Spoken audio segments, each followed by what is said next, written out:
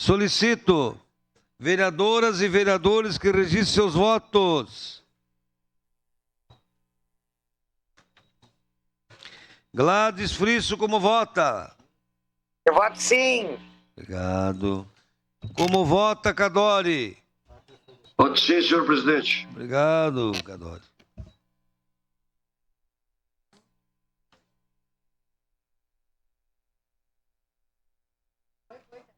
Isabela, como vota? Sim, senhor presidente. Obrigado, Isabela vota sim. Vereadora Tatiane? Voto sim, senhor presidente. Vota sim.